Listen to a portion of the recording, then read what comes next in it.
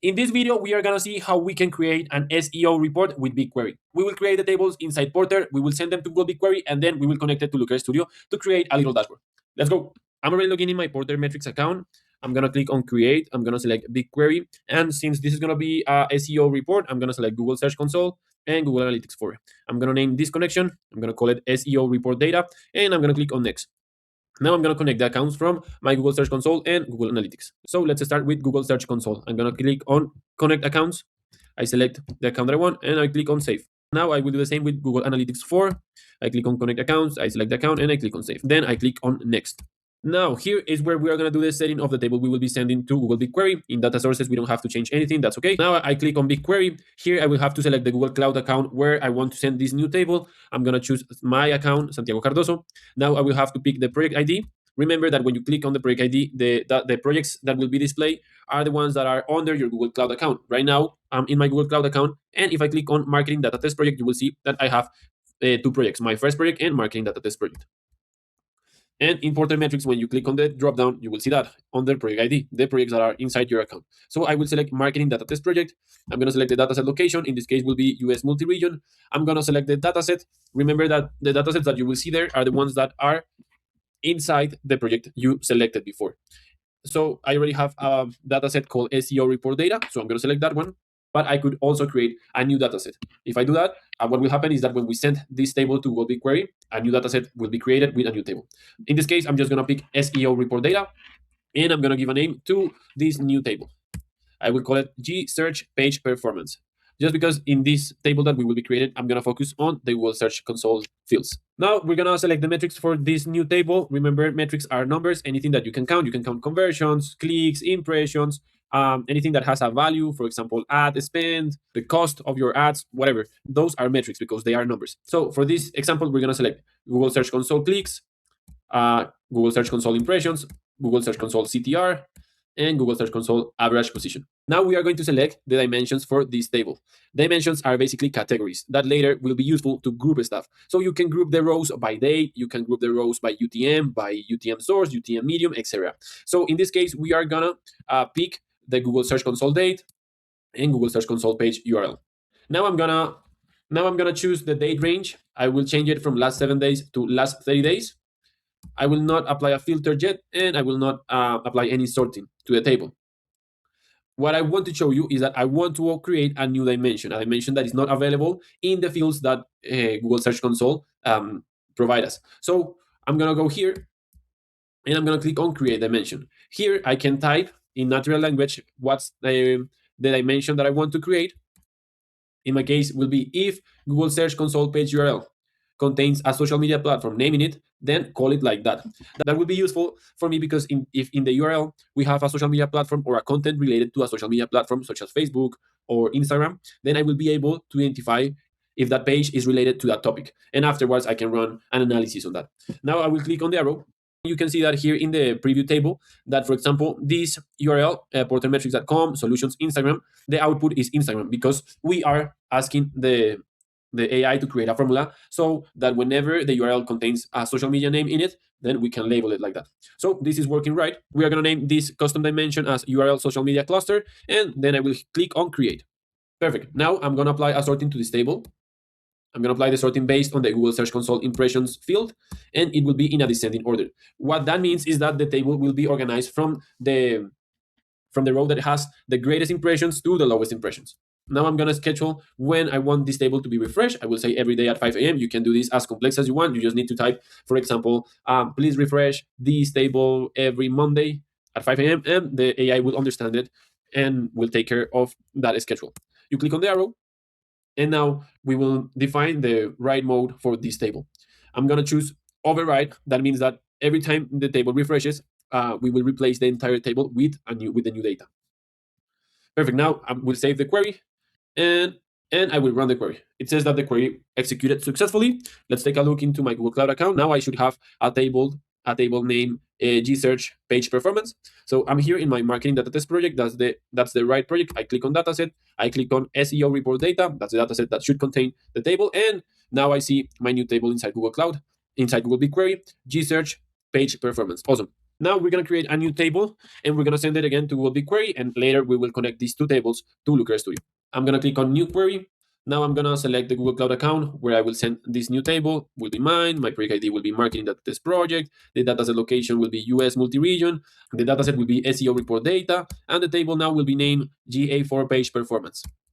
This will be useful because that way I can compare how a page is doing in GA4 compared to Google search. For the metrics, I'm going to select GA4 sessions, GA4 engage sessions, and GA4 key events. Now I'm going to apply the now I'm going to select the dimensions. I will pick date. I will pick GA4 date, GA4 full page URL, and now I'm going to create a new dimension based on the GA4 full page URL. Why? Because if you see here in the preview, there are many URLs that start with app.portermetrics.com, and I don't want to see those URLs, or at least I want to label them so I know they belong to the user interface as soon as you log in to our platform. So I'm going to click on create dimension, and I'm going to type if GA4 full page URL contains app.portermetrics, call it app page. If the URL contains sign in, call it sign in page. Else, name it as the original page. Awesome. I will click on the arrow. Here will be the formula made by AI. It seems correct. You can see the preview here, the preview results, so that way you can check that the formula is working. I name this dimension as GA4 URL type, and I will click on create. Perfect. Now I will select the date range. It will be last 30 days. Now I'm going to apply a filter because I want to remove all of these pages that start with app.portermetrics.com. So the condition will be exclude from GA4 URL type. The operator will be regular expression contains app page. We refresh the table, and now we don't have these URLs that started with app porter metrics anymore. And now we are going to apply a sorting based on the GA4 sessions in a descending way. So the URL with the major number of sessions appears at the top, and so on. Now we're going to schedule this table for every day at 5 a.m. And finally, we're going to select the write mode for this table. I'm going to choose override. We will replace the full data every time it refreshes. I will save this query, and I will run it. Perfect. It was successful. And now we are going to go to Google Cloud. We click on datasets. We go to SEO report data. And now I have a new table in my SEO report data dataset named GA4 page performance. Now let's see how we can connect these two tables to Looker Studio. To connect these BigQuery tables to Looker Studio, you can do it in two ways. The first one is that whenever you are creating the table inside Porter Metrics, you can see that in the top right, there's a button that says View in Looker Studio. When you click on that button, then you will be redirected to a Looker Studio page. You will have to acknowledge, and automatically you will see a report with the table connected. You can see the table here under the data panel, GA4 page performance. It's already connected, and it has the dimensions and the metrics we selected while we were doing it. I'm going to name this report as SEO Report Porter Connection. Then you will have to click on Save and Share. You click on Acknowledge and Save, and now you will have this report saved. The other way is that you go into Looker Studio and you create a blank report. When you have to select the connector, you click on BigQuery. Then the first thing you will have to do is to select the project. In this case, it's going to be Marketing Data Test Project. Later, you will have to select the dataset that contains the tables you want to connect to this Looker Studio. In this case, remember that the dataset we created is SEO Report Data. And finally, you select the table you want to connect. In this case, I'm going to start with GA4 page performance. I click on Add. And now here in the data panel, in the right side of Looker Studio, you will see a data source that is called GA4 page performance. I'm going to change the name of this Looker Studio. I will call it SEO Report Manual Connection. Perfect. Now I'm going to add the other table we created. I click on Add Data. I select BigQuery again. I pick the project. I select the dataset. And now I select the table. I click on Add. And now here in the data panel, I have two data sources, one that is called GSearch page performance, the first table we created, and a second data source that is called GA4 page performance, the second table we created. Now let's add some scorecards. I already added two. The first one here is the Google Search Console impressions.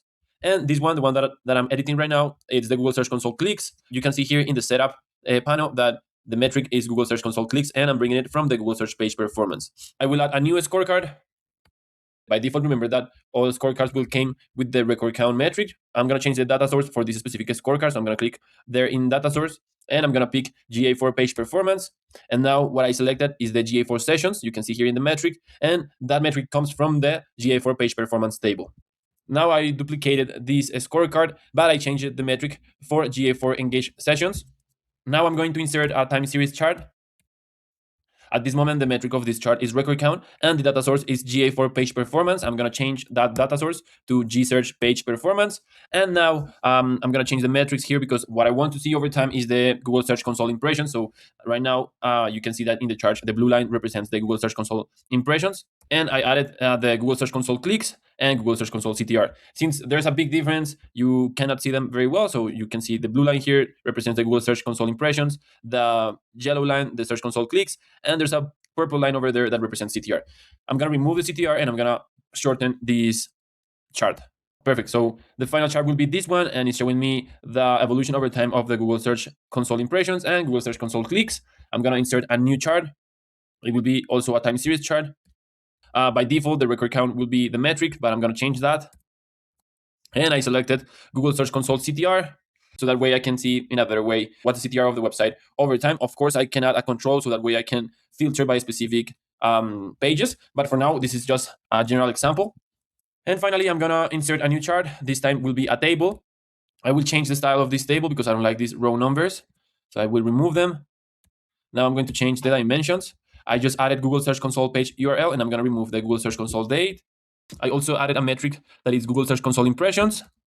Now I'm just changing the layout of the table so it's easier to read. I changed the order of the table so that way it shows me the pages based on the number of impressions. So it goes from major to minor. So you can see here that this one, Instagram Insight Reels, is the page with greatest impressions. And now I added 3 new metrics: Google Search Console clicks, Google Search Console CTR, and Google Search Console average position. I'm going to wrap the headers. And this is how you can get an SEO report out of Google BigQuery tables. I hope this tutorial was useful. See you in the next one.